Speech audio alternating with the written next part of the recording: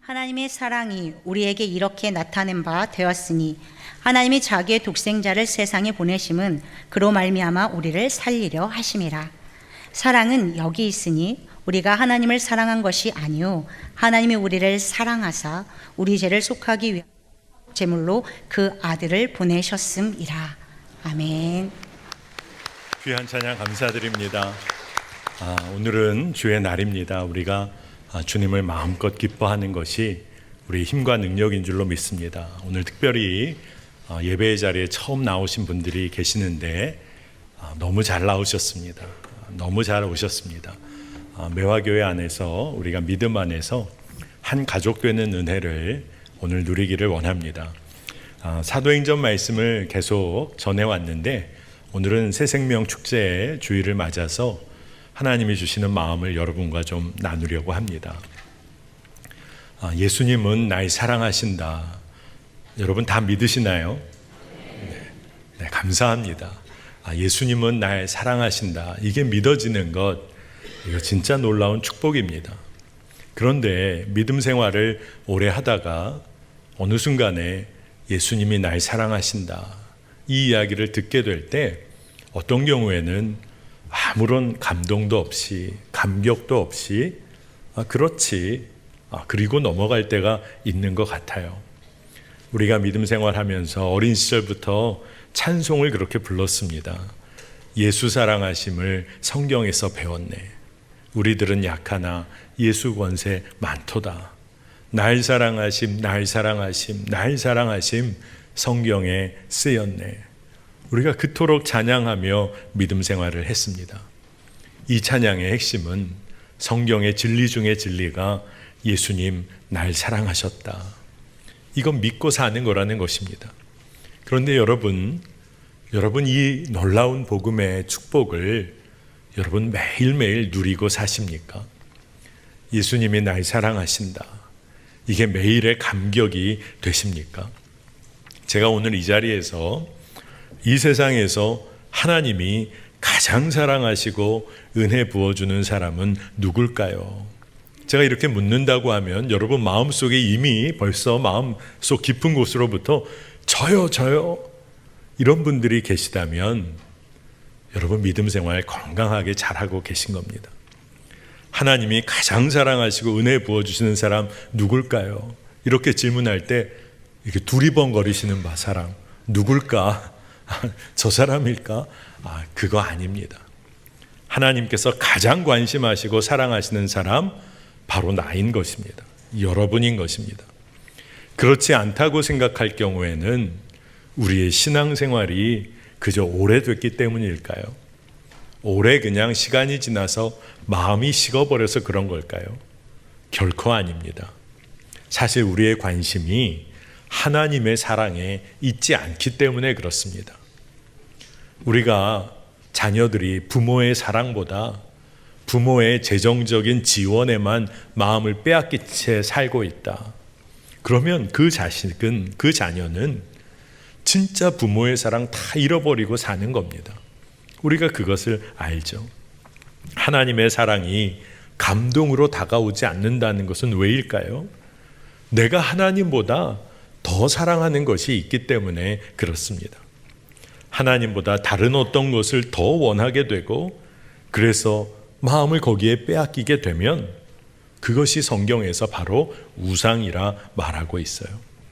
하나님 사랑보다 세상의 것 더 탐하게 되고 그렇게 사는 삶 무서운 삶입니다. 왜 그럴까요? 돈을 의지하다 보면 돈을 사랑하게 됩니다. 그러면 하나님 의지하고 살지를 못합니다. 하나님보다 돈을 더 사랑하니 그런 삶을 살게 됩니다. 그러나 여러분 하나님의 사랑이 믿어지면 그러면 우리 삶 달라집니다. 하나님의 은혜가 믿어지면 우리 삶은 풍성해집니다.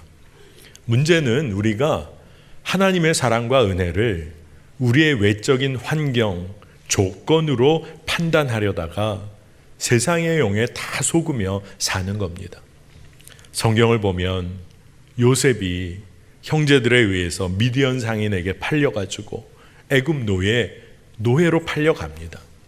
여러분, 환경이나 외적 조건 보면 요셉의 상황은 절망 그 자체입니다.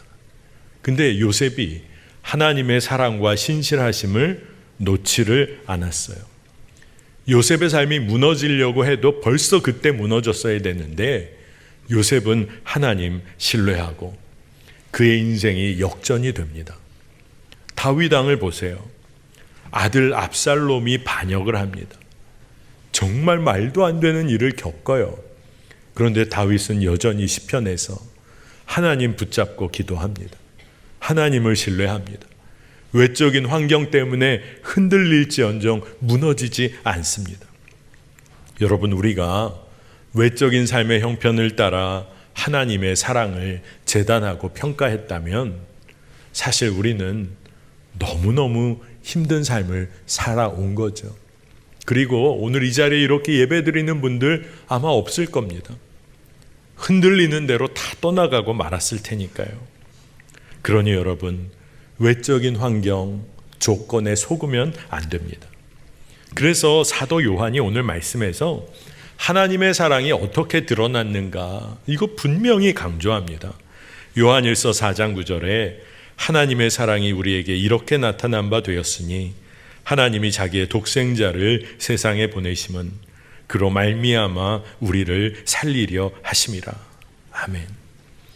하나뿐인 아들, 그 생명을 십자가에서 내어주심으로 십자가에서 하나님의 사랑을 드러내셨어요. 여러분, 그럼에도 불구하고 하나님의 사랑이 믿어지지가 않고 십자가 사랑이 왜 안 믿어지는 걸까요? 그것은 우리가 예전에 복음을 접하기 전에 어떤 자였는지, 어떤 삶을 살아왔는지를 우리가 다 잊어버렸기 때문에 그렇습니다. 다 잊어버려서 그래요. 에베소서 2장 1절에서 2절 말씀을 보겠습니다. 그는 허물과 죄로 죽었던 너희를 살리셨도다. 그때 너희는 그 가운데서 행하여 이 세상 풍조를 따르고 공중의 권세 잡은 자를 따랐으니. 우리가 이런 삶을 살았던 자죠. 허물과 죄에 쌓여 살았던 사람이고 세상 흐름 따라 순응하고 세상에 힘 있는 사람 말 들으며 그렇게 살아왔어요. 그런데 바로 이런 우리를 위해서 하나님이 사랑을 드러내실 수 있는 방법, 우리가 깨닫게 하시는 방법은 딱 한 가지밖에 없었습니다. 자신의 아들을 화목 제물로 내어주시는 거예요. 제물로 내어주신 겁니다. 그래서 우리 모두가 새 생명을 가지고 살도록 인도해 주신 거예요. 오늘 말씀 요한일서 4장 10절, 사랑은 여기 있으니 우리가 하나님을 사랑한 것이 아니요 하나님이 우리를 사랑하사 우리 죄를 속하기 위하여 화목제물로 그 아들을 보내셨음이라. 아멘. 죄의 대가를 치러야 했어요. 죄의 책임을 치러야 했습니다.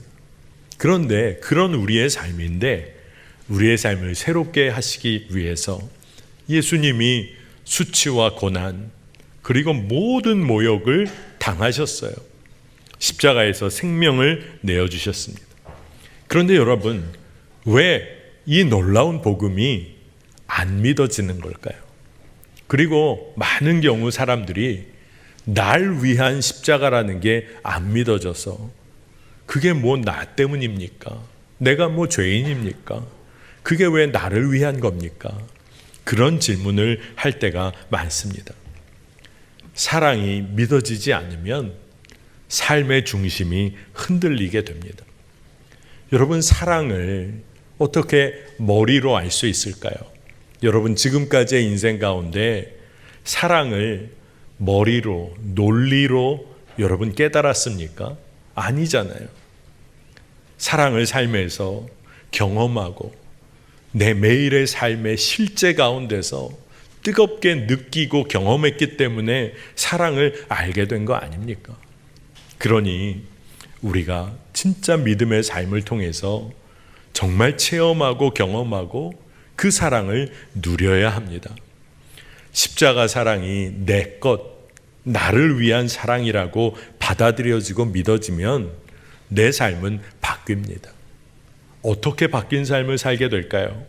로마서 6장 4절에 그러므로 우리가 그의 죽으심과 합하여 세례를 받음으로 그와 함께 장사되었나니 이는 아버지의 영광으로 말미암아 그리스도를 죽은 자 가운데서 살리심과 같이 우리로 또한 새 생명 가운데서 행하게 하려 함이라.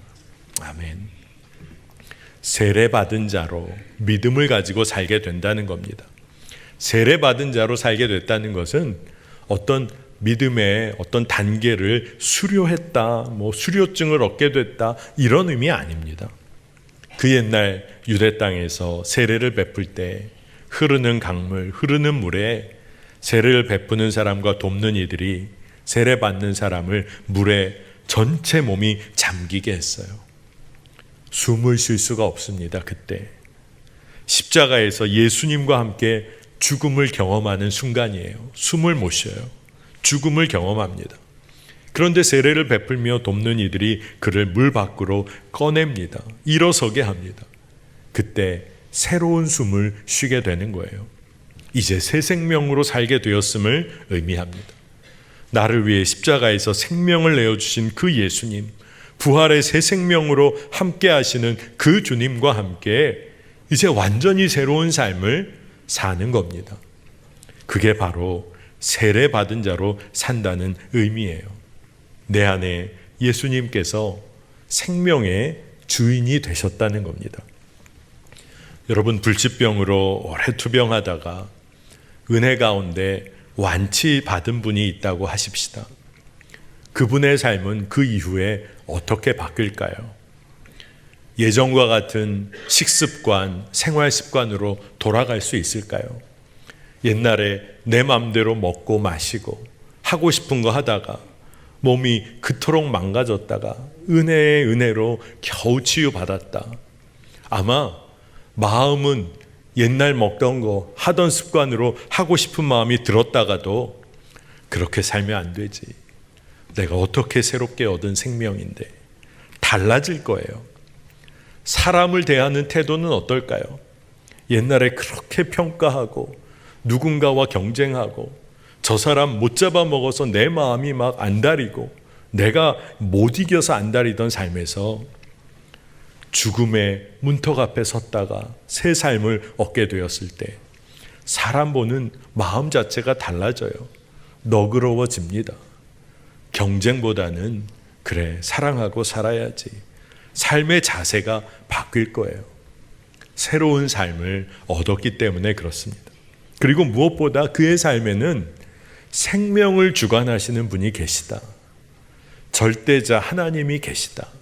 아마 믿음이 싹터 올라올 것입니다. 여러분, 우리가 믿는 하나님은 우리의 삶의 모든 것을 통제하시고 억누르시고 명령하시는 그런 분이 아니세요. 우리의 삶에 생명으로 역사하시는 사랑의 하나님이십니다. 그 사랑의 하나님 앞에서 우리가 하나님의 자녀로 사는 거예요. 갈라디아서 2장 20절에 복음의 핵심이 담겨 있습니다. 내가 그리스도와 함께 십자가에 못 박혔나니 그런즉 이제는 내가 사는 것이 아니요 오직 내 안에 그리스도께서 사시는 것이라. 이제 내가 육체 가운데 사는 것은 나를 사랑하사 나를 위하여 자기 자신을 버리신 하나님의 아들을 믿는 믿음 안에서 사는 것이라. 아멘. 우리의 인생이 바뀌었어요. 나를 위하여 자기 자신을 버리신 하나님의 아들을 믿고 사는 거예요. 그런데 그분이 내 삶의 생명의 주인으로 일하고 계시다는 겁니다. 하나님께서 왜 이런 모든 일을 십자가를 통하여 이 모든 일을 하신 이유가 뭘까요? 하나님이 굳이 우리 모든 하나님의 자녀들 잘하고 정말로 하나님 마음에 정말로 합한 이들만 그냥 살피시면 되지, 왜 모든 일을 위하여 이 일을 하신 이유가 뭘까요? 하나님의 존재 자체가 사랑이시기 때문에 그래요. 하나님의 성품이 사랑 그 자체예요. 여러분, 십자가 사랑에는 조건이 없습니다. 세상에서는 외모가 뛰어나야 사람에게 사랑받을 것 같고 인정받을 것 같아요. 재산도 좀 있어야 될 것 같고, 좋은 대학, 직장 나와야 결혼도 할 수 있을 것 같고, 사람에게 인정받고 뽐내며 살 수 있을 것 같습니다. 조건을 충족해야 사랑받을 수 있다고 세상이 우리를 가르쳐요. 그러니까 우리의 마음 깊은 곳에는 어떤 생각이 보통 있냐? 나는 사랑받을 자격이 없어. 난 사랑받을 자격이 없지. 세상이 가르쳐준 대로 그렇게 생각합니다. 그리고 더 나아가 하나님의 사랑, 그것도 의심하는 거예요. 그런데 하나님은 뭐라고 말씀하실까요? 무엇을 해야, 무엇을 이루어야 사랑받을 수 있는 거 아니라고 말씀하세요. 여러분 오늘 주일 아침에 이 자리에 오시기까지 외모에 좀 신경 좀 쓰셨죠? 네, 그래도 주일에 예배하러 가는데, 그런데 참 귀한 마음이기도 하지만 우리의 모습 어떠함에도 불구하고 하나님은 우리를 사랑하세요. 무엇을 가지고 있어야 하는 것도 아니고 무엇을 성취해야 하는 것도 아닙니다. 여러분, 그러니 하나님의 사랑이 놀라운 것이죠. 여러분이 성경을 펴서 성경의 말씀을 읽으면 모든 것이 하나님의 구원의 역사, 놀라운 은혜로 덮여 있어요. 근데 그 역사는 사랑으로만 설명이 됩니다. 창세기를 보면 에덴 동산에서 하나님이 생명을 주시고 주님과 함께 교제하고 주님과 그 동산을 거니는 은혜까지 허락하셨는데 유혹에 빠져 죄를 범하고 인간이 타락합니다. 그냥 거기서 끝장내셨어도 됐잖아요. 근데 그 삶을 주님께서 연장해 주세요. 그런데도 인간이 바벨탑을 지으며 교만이 하늘까지 치솟습니다. 그러면 이제 그때쯤이면 그냥 여기까지다 하셔도 됐잖아요. 그리고 또 시간이 흘러서 이스라엘 포로가 됩니다. 그토록 하나님 모른다 했던 이스라엘 백성, 그래 포로로 그냥 살아라. 그런데 하나님은 간절하게 선지자들을 통하여 말씀하시고 예루살렘으로 돌아와 회복을 명하세요. 이쯤이면 돌이킬 만도 한데 이제는 하나님의 아들, 보냄받은 하나님의 아들까지 믿지 않고 십자가에 매답니다. 그러면 진짜 여기서는 끝내는 게 좋으신 거죠. 근데 하나님은 모른다고 하고 외면하고 도망하고 배반한 자녀, 그들을 향하여 하나님의 마음은 끌어올라요. 호세아 선지자의 말씀은 그 호세아 선지자 그를 통하여 하나님의 마음을 증거하시는데 호세아 11장 8절입니다. 에브라임이여 내가 어찌 너를 놓겠느냐, 이스라엘이여 내가 어찌 너를 버리겠느냐, 내가 어찌 너를 아드마같이 놓겠느냐, 어찌 너를 스보임같이 두겠느냐, 내 마음이 내 속에서 돌이키어 나의 긍휼이 온전히 불붙듯 하도다. 진짜 놀라운 말씀이에요. 그토록 하나님 모른다고 하고 하나님 저버리고 세상과 버타여 그렇게 살아온 우리에게 하나님께서는 난 도무지 너를 잊을 수가 없다, 버릴 수가 없다, 난 널 포기할 수가 없어, 난 널 사랑한다. 이 말씀을 들으면 끓어오르는 불붙는 하나님의 사랑의 마음, 그 구구절절한 고백을 들으면 하나님 정말 속도 없으신 분 같잖아요. 근데 왜 우리는 그렇게 그 하나님의 마음을 모른 채 하는 걸까요? 하나님은 우리를 지으신 아버지, 완전한 부모님이 되세요. 그러니 하나님은 우리를 사랑하시는 것 외에는 다른 방법을 모르신다고 해도 과언이 아니에요. 아무리 연약한 육신의 부모라도 자식 사랑에 무슨 이유가 있겠습니까?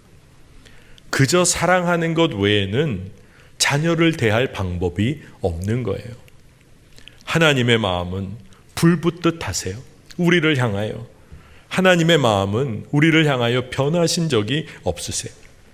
저주와 심판이 아니라 용서와 사랑의 주님이신 거예요. 그러니 여러분, 이게 믿어지면 삶에 소망이 있습니다. 아무리 어려운 것 만난 것 같지만 내 삶에 소망이 있어요. 하나님의 뜻대로 살 수 있습니다. 여러분, 하나님의 사랑, 이 사랑도요, 믿음이 있어야 누리는 겁니다. 믿어지면 자녀의 삶을 삽니다. 여러분, 사춘기 때, 사춘기보다 더 어린 시절에 많은 경우 아마 한 번쯤 다 그런 얘기 해보셨을 거예요. 엄마, 진짜 엄마 맞아, 나한테? 이렇게까지 하는 거 보면 엄마 진짜 엄마 맞아. 아빠에게도 아빠, 진짜 아빠 맞아? 나에게 어떻게 그럴 수 있어? 엄마 아빠의 사랑을 못 믿어서 그래서 아파했던 시절이 우리 자라날 때 그런 마음들이 있었잖아요. 그런데 여러분, 하나님의 사랑이 믿어지면 자녀의 삶을 누리게 돼요. 하나님의 사랑이 믿어지면 그 사랑 믿음으로 취하고 세상도 넉넉히 이기게 됩니다. 그러면 이제 우리가 그 주의 사랑에 정말로 믿음으로 취하고 어떤 삶 살아야 할까요? 여러분, 사랑에 대한 응답은 사랑일 수밖에 없습니다. 제가 예전에 함께 동역하던 부목사님 한 분이 일과를 마치고 집에 들어가셨는데 그날따라 아내 되시는 사모님이 갑자기 불쑥 사랑해, 깜짝 놀라셨다는 거예요, 부목사님이. 그리고 얼떨결에 그래 고마워, 이렇게 얘기를 하고 말았답니다. 사랑해라고 말하는데 깜짝 놀란 것도 좀 어색한 일이죠. 왜 그렇게 놀라나요? 뭐 죽을래? 뭐 이런 얘기 한 것도 아닌데요. 그렇죠? 사랑해. 그랬더니 고맙다고. 여러분, 사랑한다는 그 고백의 가장 적절한 답은 뭘까요? 사랑한다는 고백이죠. 사랑한다는 응답이죠. 여러분, 하나님의 사랑, 십자가 사랑에 우리가 어떻게 믿음으로 응답할 수 있겠어요? 주님을 사랑하는 마음으로 살아가는 거예요.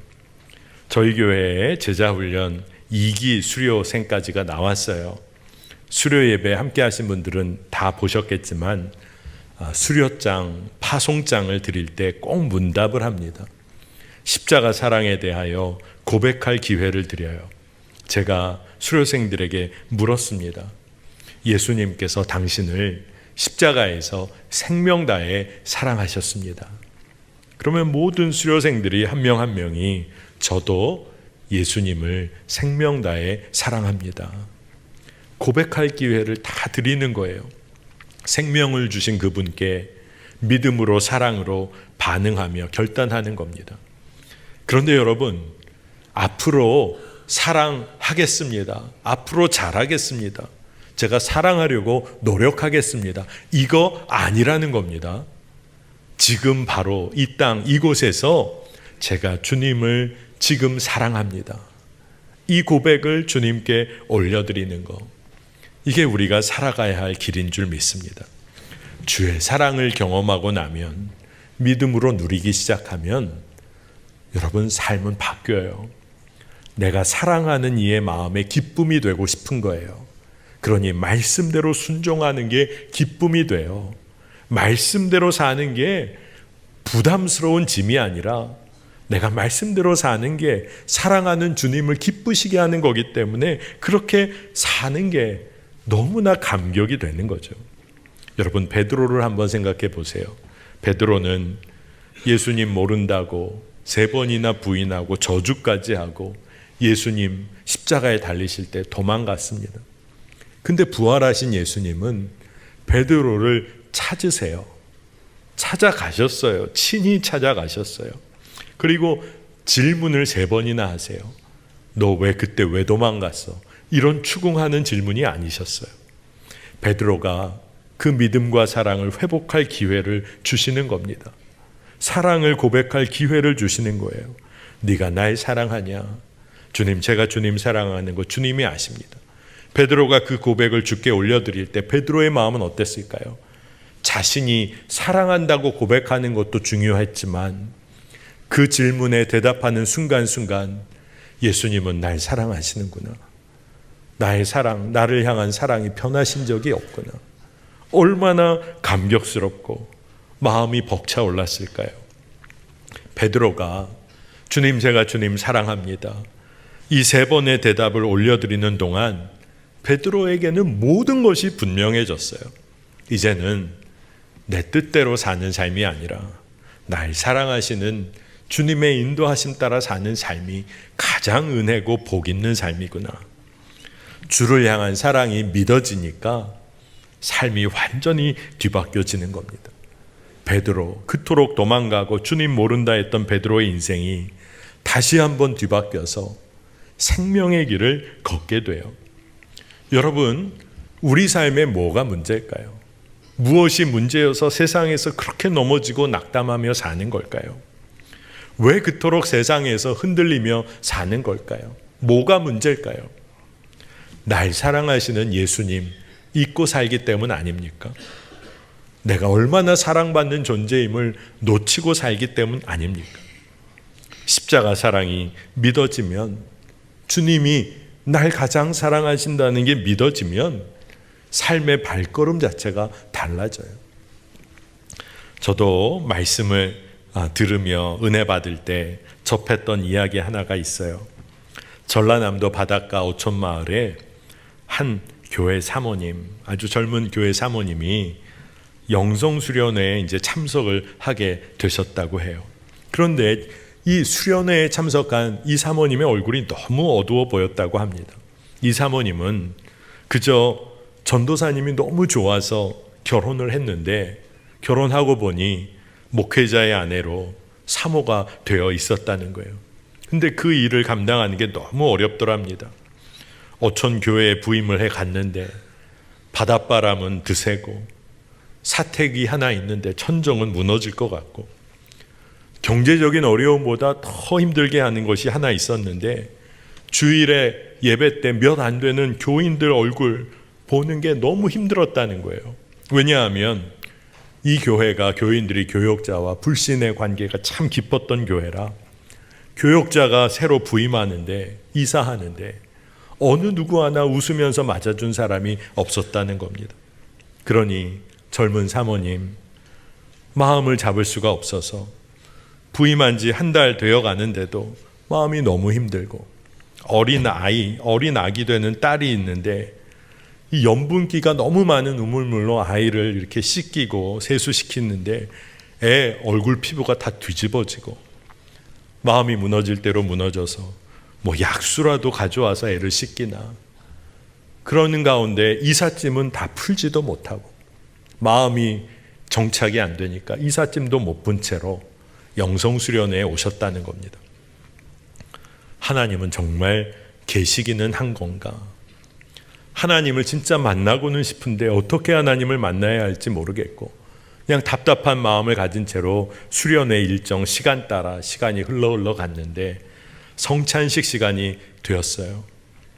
이것은 당신을 위하여 찢기신 주님의 몸입니다. 이 말씀에 아멘으로 빵을 받는데 떼어서 삼키려 하는데 목이 메어서 빵이 안 넘어가는 겁니다.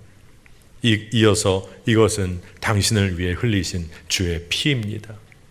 이 말씀에는 아멘도 못하고 포도주 잔을 받았는데 이 젊은 사모님이 처음으로 가슴 깊은 곳에 하나님의 음성이 울리는 것을 듣게 된 거예요. 사랑하는 딸아, 나를 붙잡으려고 애쓰지 마라. 이미 내가 너를 붙잡았다. 사랑하는 딸아, 날 붙잡으려고 애쓰지 마. 이미 내가 널 붙잡았어. 난생 처음 들어보는 하나님의 음성에 사모님이 그만 무너지고 말았어요. 그 자리에서 통곡이 쏟아졌습니다. 울고 또 울고 이미 내가 널 붙잡았어. 이 음성에 그간 눌렸던 마음도 묶임도 답답함도 괴로움과 서러움도 다 씻겨지고 그리고 그가 끝까지 그래도 붙잡으려고 했던 자기 자존심마저 주님 앞에 다 내려놓았다는 겁니다. 그리고 비로소 예수님, 그분의 사랑, 예수님 한 분이면 충분하구나. 그 믿음을 갖고 다시 일어서게 되었어요. 집회 마지막 시간에 간증의 시간이 있었는데 이 사모님의 얼굴이 천사처럼 빛나고 그가 고백하기를 이제 돌아가게 되면 땅끝까지 내 증인이 되리라 하신 말씀 붙잡고 우리 교회 사랑하고 우리 교인들 사랑하며 섬기며 살겠습니다. 고백하며 그렇게 우셨다고 해요. 여러분, 이 시간 우리가 주 앞에 나와 예배드립니다. 이 시간 우리의 마음 깊은 곳에 들리지 않습니까? 이미 내가 너를 붙잡았다. 그 사모님이 아니라 바로 우리에게 주시는 주의 말씀이라 여러분 믿어지지 않으십니까? 내가 널 이미 붙잡고 있어. 걱정할 필요가 없어. 지금 십자가가 이 모든 일의 증거가 됩니다. 여러분, 오늘 이 시간 오랫동안 믿음 생활을 해왔던 분이나 오늘 처음 초청받아 예배의 자리에 나온 분이나 한 가지를 분명히 해야겠습니다. 날 사랑하시는 분이 계시다. 세상에서 그 누구도 나 안 알아줘도 날 사랑하시는 분이 계시다. 세상 그 누구도 알지 못하는 나의 연약한 허물과 죄, 그 죄에도 불구하고 날 용납하고 품어주시는 분이 계시다. 예수님이 계시다. 이게 믿어지면 우리는 새 힘을 얻습니다. 여러분, 우리 인생이요, 쏜살같이 달려가는 인생입니다. 여러분, 눈 몇 번 깜짝깜짝 했더니 지금 여러분 나이 되어 살고 계시잖아요. 이제 눈 몇 번 더 깜짝하면 어떻게 될까요? 우리 삶 이제 마무리할 때를 맞습니다.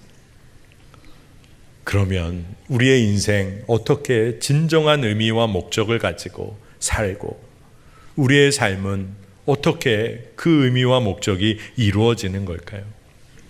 나에게 생명을 허락하신 하나님, 그 하나님의 집으로 돌아가는 인생이면 잘 산 인생입니다. 하나님의 사랑, 하나님의 완전한 사랑 예수 그리스도, 그분을 의지하며 사는 인생이면 행복한 인생 산 겁니다. 마태복음 11장 28절에 수고하고 무거운 짐진 자들아 다 내게로 오라. 내가 너희를 쉬게 하리라. 영원한 생명, 영원한 쉼과 평강으로 주님이 우리를 부르세요. 주의 사랑으로 우리를 불러주세요. 우리가 해야 할 일은 내가 하나님의 자녀임을 믿고 자녀가 마땅히 누려야 할 기쁨과 사랑을 누리며 사는 겁니다. 더 이상 세상으로 돌이켜서 세상에서 이리저리 흔들리는 인생이 아니라 하나님 나라 이 땅에서 살면서 하나님 나라 향하여 달려가는 믿음의 삶, 예수님, 하나님의 그 완전한 사랑 우리가 붙잡고 이미 주님은 우리를 붙잡으셨으니 주로 인한 충만한 삶을 사는 겁니다. 오늘 이곳에 모인 모든 성도님들, 처음 예배하는 모든 분들 안에 주의 사랑이 믿어지고 너무나 분명해지는 은혜가 있으시기를 축복합니다. 우리 함께 기도합니다. 하나님, 날 위해 생명을 허락하시고 주의 사랑으로 넘치도록 부어주시니 감사합니다. 십자가 사랑이 놀랍고 놀랍습니다. 그 사랑이 믿어지는 은혜를 허락하소서. 의심하지 않게 하여 주소서. 주의 사랑에 우리의 마음 중심의 사랑으로 응답하게 하시고 예수 그리스도 하나님의 완전한 사랑, 주님으로 인하여 주님 한 분만으로 인하여 기뻐하고 감사하는 삶을 담대히 누리며 살게 하소서. 우리가 때로 세상에서 흔들리고 넘어졌던 거 이제 주께 다 맡깁니다. 나의 완전한 부모님, 나의 하나님, 나를 이끄소서. 나의 삶에 주님만 드러나는 은혜를 누리게 하여 주옵소서. 감사드리며 예수님의 이름으로 간절히 기도합니다. 아멘.